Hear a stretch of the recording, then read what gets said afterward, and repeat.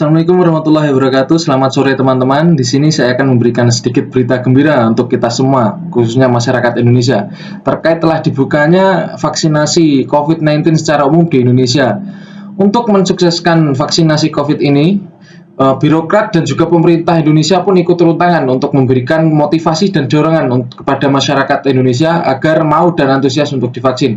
Sebagai contohnya, Bapak Presiden Joko Widodo pun telah ikut divaksin, sebagai gambaran agar masyarakat pun juga mau untuk divaksin. Mari kita simak video berikut ini. Hari ini Presiden Joko Widodo menjadi orang pertama yang menerima vaksinasi virus corona menggunakan vaksin Sinovac. Bukan tanpa alasan, Jokowi bersedia untuk menjadi orang pertama yang disuntik guna memastikan keamanan vaksin. Usai disuntik, Presiden harus menunggu sekitar 30 menit sebagai langkah antisipasi adanya efek samping. Vaksin Sinovac sebelumnya telah mendapatkan persetujuan penggunaan dalam kondisi kedaruratan atau Emergency Use Authorization dari Badan Pengawas Obat dan Makanan BPOM Republik Indonesia. Dalam uji klinis, Sinovac memiliki efikasi atau perkiraan efektivitas 65,3%. Selain itu, vaksin Sinovac yang didatangkan dari Tiongkok ini juga telah mendapatkan kepastian halal dari Majelis Ulama Indonesia atau MUI. Tidak terasa sama sekali.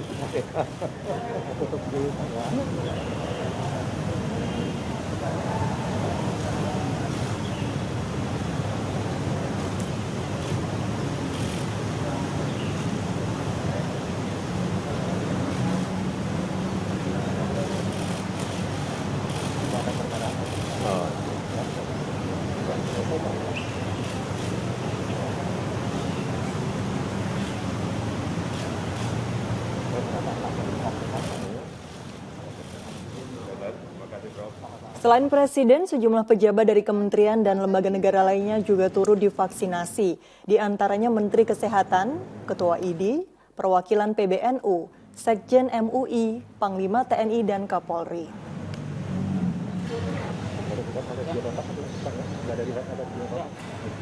Ya, selain Presiden Joko Widodo, para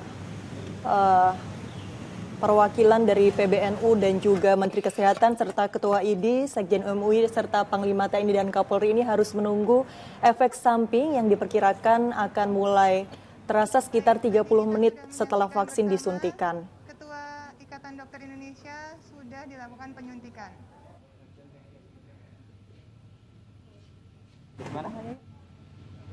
Sambil menunggu peserta yang akan disuntik selanjutnya,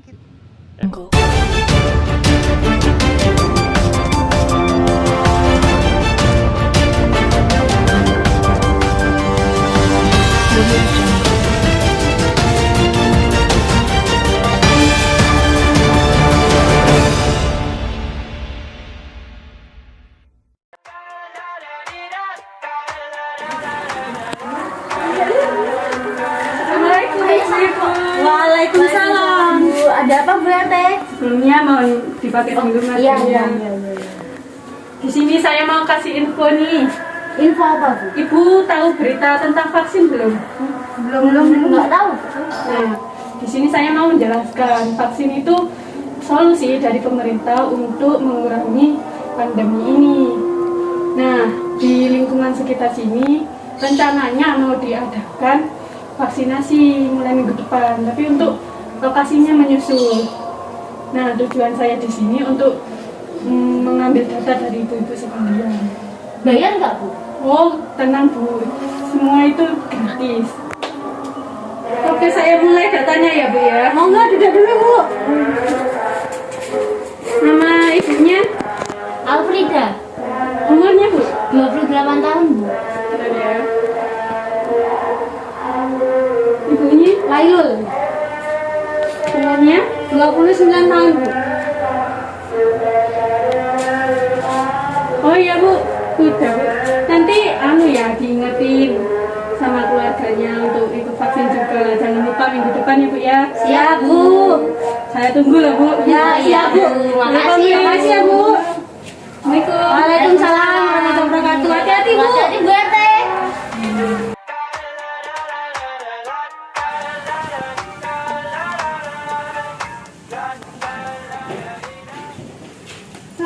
ibu-ibu yang mau vaksin? Antri ya Bu ya. Syarat-syaratnya sudah dibawa? Sudah, Bu. KTP? Oh iya.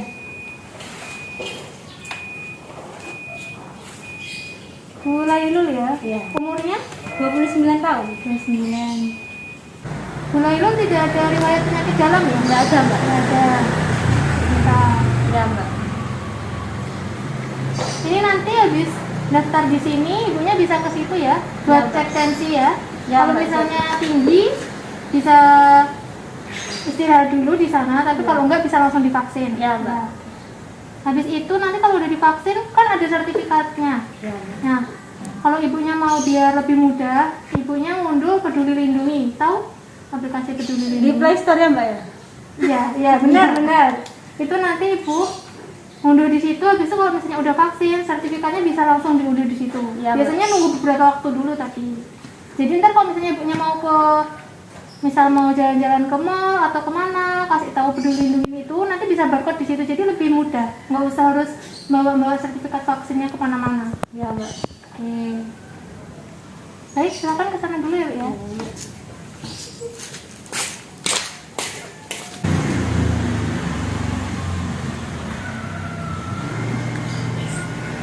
Tensinya semua normal ya, Bu? Normal Mbak. Oh. Oke. Ini nanti kalau sudah vaksin minum yang banyak ya, Bu. Kalau Ya, Mbak. Terus bentar lagi kalau sudah vaksin tunggu itunya, sertifikatnya ya, Mbak. Ya Mbak. Online-nya, Mbak.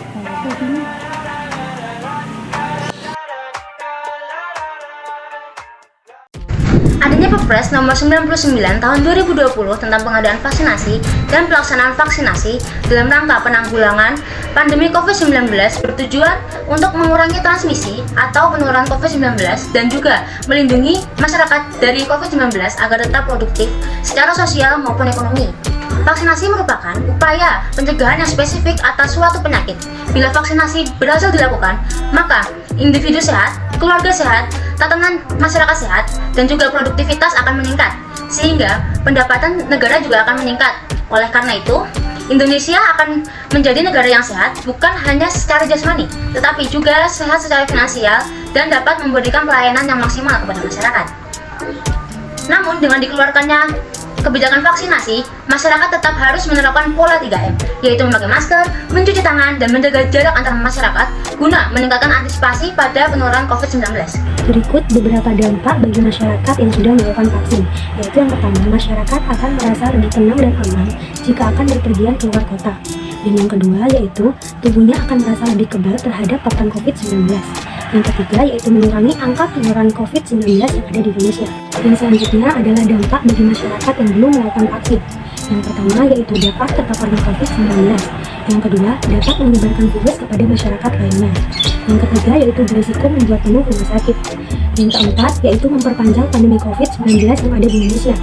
Yang kelima, yaitu membuat lelah para tenaga medis. Inovasi pada masa pandemi COVID-19 ini salah satunya dengan adanya kebijakan vaksinasi.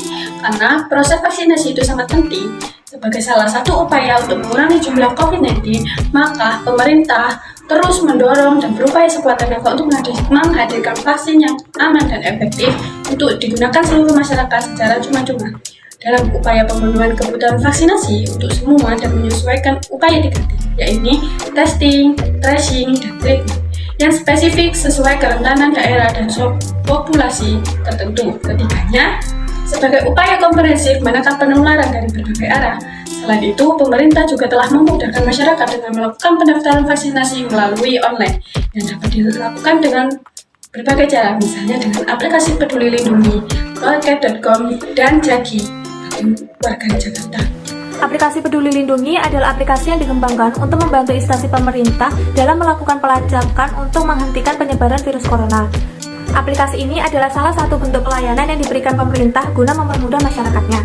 Kita sendiri tahu, kemudahan yang diberikan seperti tidak perlu membawa sertifikat bukti vaksin saat hendak bepergian, dikarenakan jika Anda sudah mengunduh aplikasi ini dan mendaftar, maka Anda langsung bisa mengunduh sertifikat bukti vaksin. Kemudian terdapat scan barcode yang mana diperlukan di beberapa tempat jika Anda ingin mengunjunginya. Kemudian terdapat juga fitur-fitur lainnya seperti mengecek lokasi yang menyediakan berbagai jenis vaksin, aturan perjalanan, statistik kasus COVID di lokasi sekitarmu, dan fitur-fitur lainnya yang memudahkan masyarakat.